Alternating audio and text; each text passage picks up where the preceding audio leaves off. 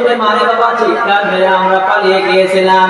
আল্লাহর বান্দারা এখানে এই ইহুদি খ্রিস্টান নাসারা এইরকম ভাবে কথাবার্তা বলতেছে। এখন শয়তান ওখানে নিযুক্ত হইয়া আবার ডাক দিয়ে পাম দিয়ে বলতেছে, ও ভাই চিন্তার কোনো কারণ নাই, চিন্তার কোনো কারণ নেই। এখন একটা আমাদের জন্য প্লাস পয়েন্ট হলো, আমরা এখান থেকে 5 জন, আমি সহকারে 6 জন আমরা এখন বিশ্বনবীর দরবারে হাজির হব। বিশ্বনবীর দরবারে হাজির গিয়ে আমরা মামলা দায়ের করব। আমরা মামলা দায়ের করব, আর মামলা দায়ের করার পর আমরা এটা একটা বিচারের মজলিস একটা গঠন করব। ওখানে বিচার হবে। আর হাদিসের মধ্যে বর্ণনায় আসছে, যদি যার পক্ষে বেশি সংখ্যক লোক থাকবে, ওই বেশি সংখ্যক লোক যার পক্ষে সাক্ষী দিবে সেই হলো বিচারের রায় পাবে। এটা আমাদের জন্য ক্লাস পয়েন্ট। চলো চলো দেরি নেই। ডাকতে বলতেছে, না রে ভাই আমি যাব না। কারণ হলো যত বড় ওজনের থাপ্পড় খেয়েছি, আবার যদি মিথ্যা কথা বলি, তাহলে যদি আমাকে আবার থাপ্পড় মারে তাহলে আর সহ্য করতে পারবো না। শয়তান ডাকতে বলে, না রে ভাই না, চলো চলো আল্লাহর পয়গম্বরের কাছে গিয়ে আমরা নালিশ করব। আল্লাহর পয়গম্বরের কাছে গেলেন, ডাক দিয়ে বলতেছে, আব্দুল্লাহর বেটা মুহাম্মদ বাড়িতে আসো কে? আল্লাহর পয়গম্বর জবাব দিলেন। আল্লাহর পয়গম্বর জবাব শুনে যখন চলে আসলেন বাইরে, ডাক দিয়ে বলতেছে, আল্লাহর পয়গম্বর আপনার সাহাবী আমাকে বিনা কারণে থাপ্পড় মেরেছে। বলেন কে মেরেছে? আপনার সাহাবী আবু বকর মেরেছে। বললেন তাই নাকি?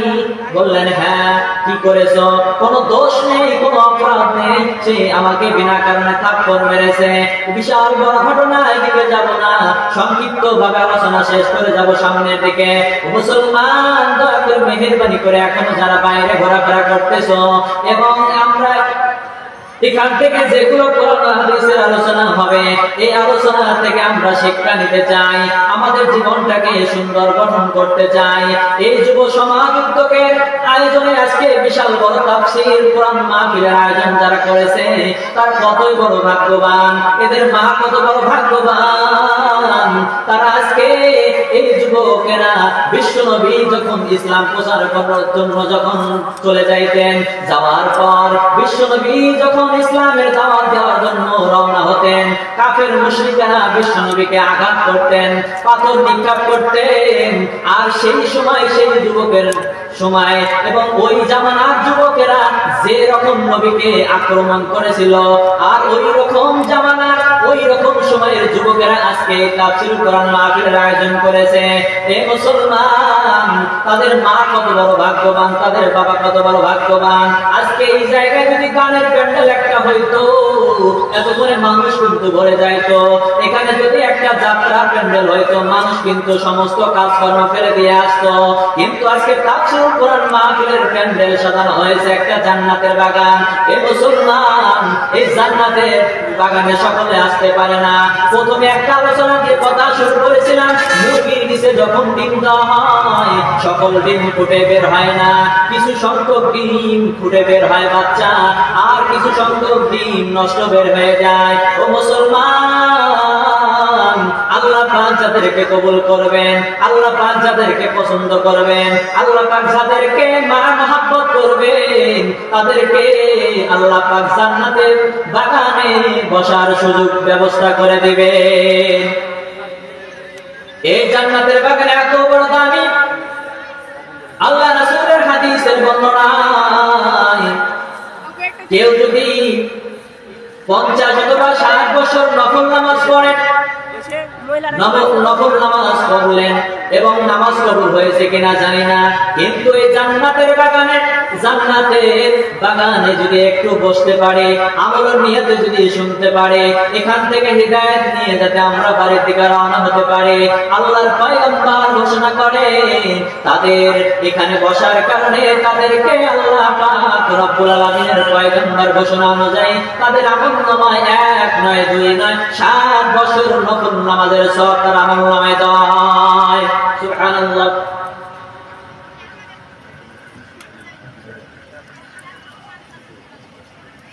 আল্লাহ সুবহানাহু ওয়া তাআলা আল্লাহর পয়গম্বর সুন্দরভাবে বর্ণনা করলেন।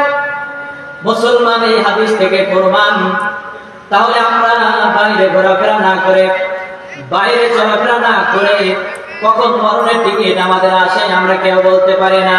আমি যে আয়াত তিলাওয়াত করেছি এর বিষয়ে একটু আলোচনা করে আমি শেষ করে দেব।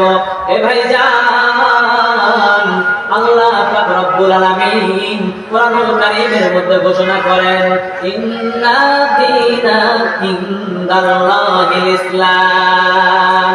আল্লাহ পাক বলেন আমার মনোনীত ধর্মের নাম হলো ইসলাম, আর আপনার আমার মনোনীত ধর্মের নাম হলো ইসলাম। আল্লাহ পাক রব্বুল আলামিন কোরআনুল কারীমে সূরা বাকারার মধ্যে ঘোষণা করেন, আল্লাযীনা ইউমিনুনা বিল গায়ব, আল্লাযীনা ইউমিনুনা বিল গায়ব। আল্লাহ পাক সুবহানাহু ওয়া তাআলা ডাক দিয়ে বলেন, আমি আল্লাহ পাক রব্বুল আলামিন ঘোষণা দিলাম, আমি আল্লাহ পাক রব্বুল আলামিন ঘোষণা দিলাম, অদৃশ্যের প্রতি বিশ্বাস যারা স্থাপন করতে পারবে, অদৃশ্যের প্রতি যারা বিশ্বাস নিয়ে আসতে পারবে, আল্লাহ সুবহানাহু ওয়া তাআলা বলেন ও পয়গম্বর তাদেরকে ঘোষণা করে দেন, এই তাদের ঘোষণা করে দেন তারা নিজেরাই নিজেদের কপালের মধ্যে জান্নাত লিখে নিল। সুবহানাল্লাহ। আল্লাহ সুবহানাহু ওয়া তাআলা বলেন, ও পয়গম্বর আপনি তাদেরকে জানিয়ে দেন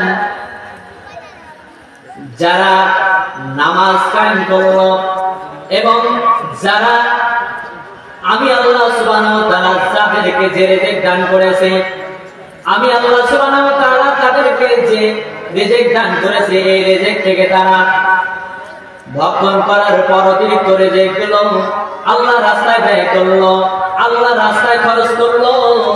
আল্লাহ সুবহানাহু ওয়া তাআলা বলেন, এখানে 5টা গুণের কথা বর্ণনা করা হয়েছে। আল্লাহ পাক রব্বুল আলামিন ঘোষণা করেন, আমি আল্লাহর পক্ষ থেকে যে সমস্ত আসমানী কিতাব এবং আমি আল্লাহর পক্ষ থেকে যে সমস্ত নবী রাসূল দুনিয়ার জমিনে প্রেরিত হয়েছে, সমস্ত নবী রাসূলের প্রতি ঈমান এবং কিতাবের প্রতি ঈমান আমাদেরকে আনতে হবে। আল্লাহ সুবহানাহু ওয়া তাআলা ডাক দিয়ে পড়ে বলেন, ওয়া বিল আখিরাতি হুম ইউকিনুন। আল্লাহ পাক রব্বুল আলামিন বলেন আখিরাতের প্রতি বিশ্বাস স্থাপন করতে হবে। এই 5টা গুণ যাদের ভিতরে থাকবে, এই 5টা গুণওয়ালা মানুষ যারা হতে পারবে, আল্লাহ সুবহানাহু ওয়া তাআলা বলেন তাদের জন্য জিম্মাদারি আমি আল্লাহ পাক রব্বুল আলামিন তাদের কবরে জিম্মাদারি অবস্থান নিয়ে নেব। ও মুসলমান বাজান রে আমার, দুনিয়ার জমিনে কয়দিন আমরা চলাফেরা করতে পারবো আমাদের কোনো গ্যারান্টি নাই। বাবা আসলো, বাবা চলে গেল, দাদা আসলো, দাদাও চলে গেল, পর দাদাও চলে গেছে, আপনি আমিও চলে যাব।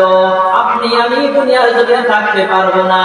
আমাদের এই বাংলাদেশ থেকে কেউ যদি সৌদি আরবে যায়, সৌদি আরবে গেলে ওই সৌদি আরবের লোকের সঙ্গে কথা বলতে গেলে আরবি ভাষায় তাদের সঙ্গে কথা বলতে হয়। আর যদি সৌদি আরবে ওই ব্যক্তিটা যায় 3 লক্ষ 4 লক্ষ টাকা দিয়ে একটা ভিসা ক্রয় করতে হয়।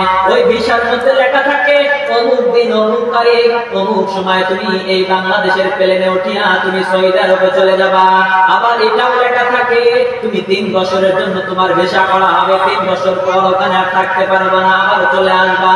কিন্তু বাজান বলেন রে বাজান, বুঝে থাকলে বলেন তো জানার পরও যায় কি যায় না?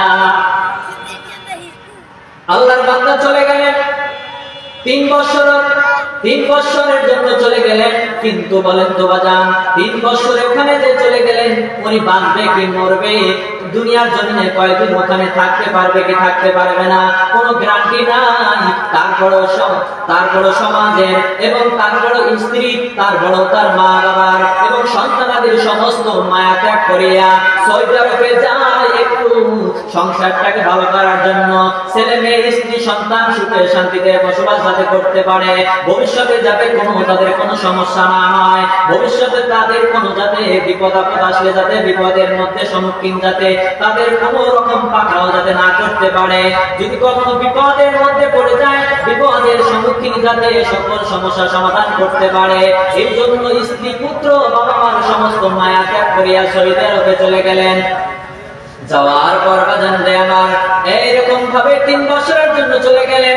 যাওয়ার পর 1-2 করে 3 বছর যখন এই 5 মাসের মাত্র বাকি আছে,